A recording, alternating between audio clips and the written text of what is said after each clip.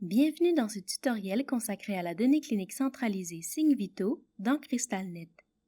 Pour une compréhension optimale, nous vous invitons à visionner le tutoriel Données cliniques centralisées, présentation générale.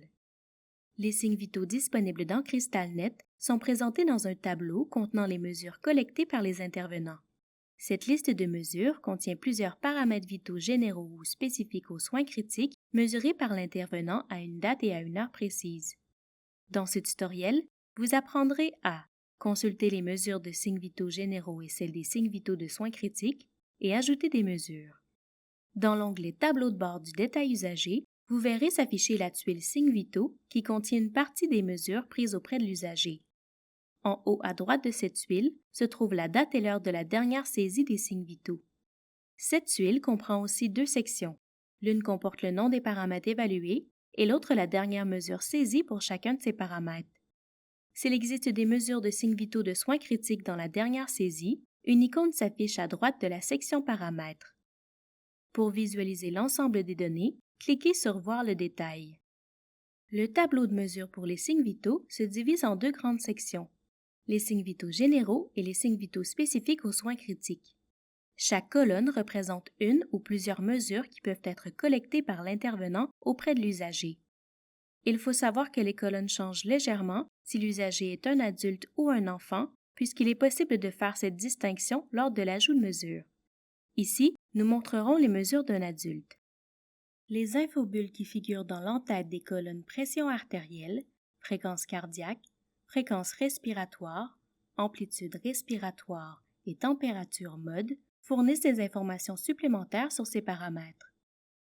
L'intervenant peut consulter les signes vitaux généraux suivants. La pression artérielle, qui recouvre la pression artérielle moyenne, le membre, ainsi que des éléments pour saisir les résultats d'une pression artérielle posturale, soit le temps de la mesure et la position. Notez que la mesure s'affiche d'une couleur différente pour indiquer s'il s'agit de la pression artérielle invasive, notée en rouge, non invasive, notée en violet, ou la pression artérielle diastolique augmentée, notée en noir. La fréquence et le rythme cardiaque, la fréquence et le rythme respiratoire, l'amplitude respiratoire, la saturation pulsée en oxygène, à savoir le pourcentage, le mode d'administration de l'oxygène et l'indication qu'un système d'humidification est utilisé, le débit d'oxygène et la fraction inspirée en oxygène, et la température, ainsi que le mode utilisé par l'intervenant pour la mesurer. Pour les signes vitaux de soins critiques, l'intervenant peut saisir les mesures suivantes. La pression intracrânienne, la pression de perfusion cérébrale, le CO2 expiré, la pression veineuse centrale, la pression de l'artère pulmonaire oblitérée, la pression intra-abdominale et le niveau de curarisation Train of Four.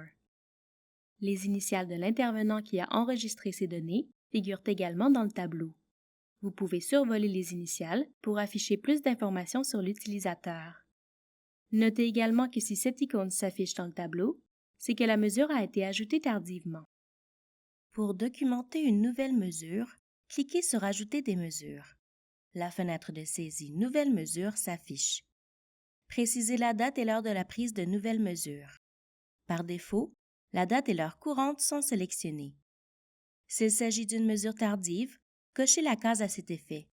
Notez que les règles concernant les mesures tardives sont propres à chaque établissement.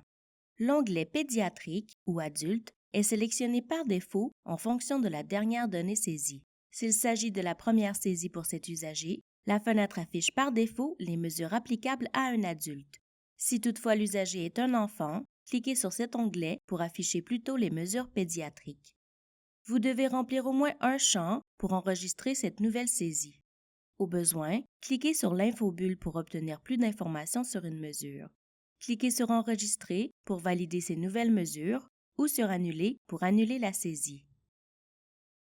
Ceci conclut le tutoriel portant sur les signes vitaux dans CrystalNet. N'hésitez pas à consulter notre base de connaissances pour en savoir davantage sur les diverses fonctionnalités de CrystalNet. Nous vous invitons également à visionner nos autres tutoriels, disponibles à la fois sur notre chaîne YouTube, sur notre site Web et sur notre base de connaissances.